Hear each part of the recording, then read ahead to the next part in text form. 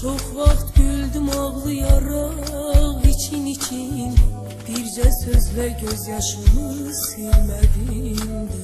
Soyuqluğun buzulanda yanağımda, nəfəsinlə başqasını isitmişsən. Sənsizliklə yaşadıqca otağımda, sən də məni bir otaqda itirmişsən. Bəs bilmirdin həsrətinlə ürəyimə, həsrətimin əvəzinə daş asırsan.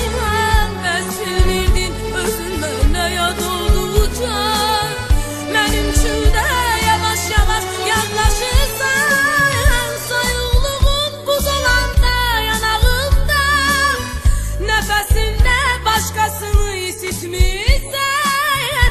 Sənsizliklə yaşadıqca otağımda, sən də məni bir otaqda itirmişsən.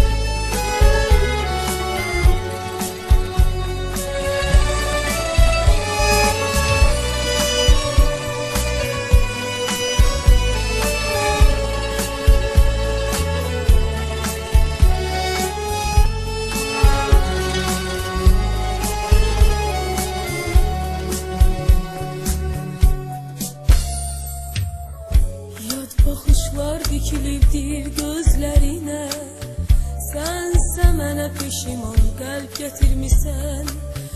Necə verim sabahımı, necə sənə, sən ki mənim dünənimi itirmisən.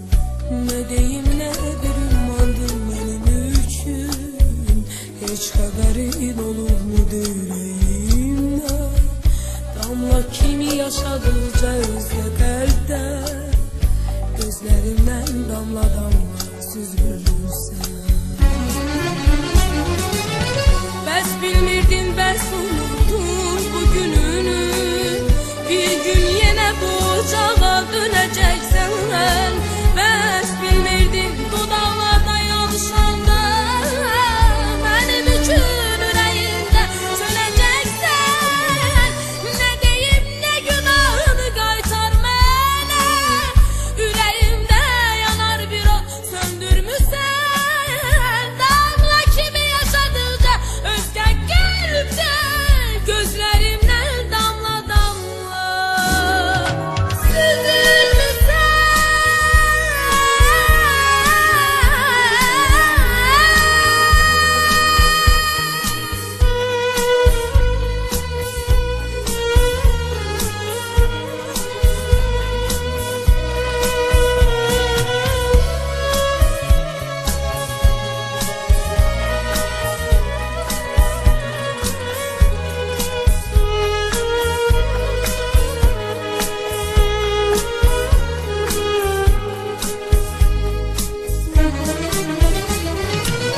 Bəs bilmirdin həsrətinlə ürəyimə, həsrətimin əvəzinə daş asırsan.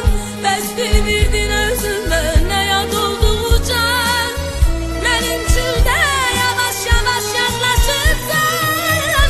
Soyuqluğun buz olanda yanağımda, nəfəsinlə başqasını isitmişsən. Sənsizliklə yaşadıqca otağımda, sən də məni bir otaqda itirmişsən.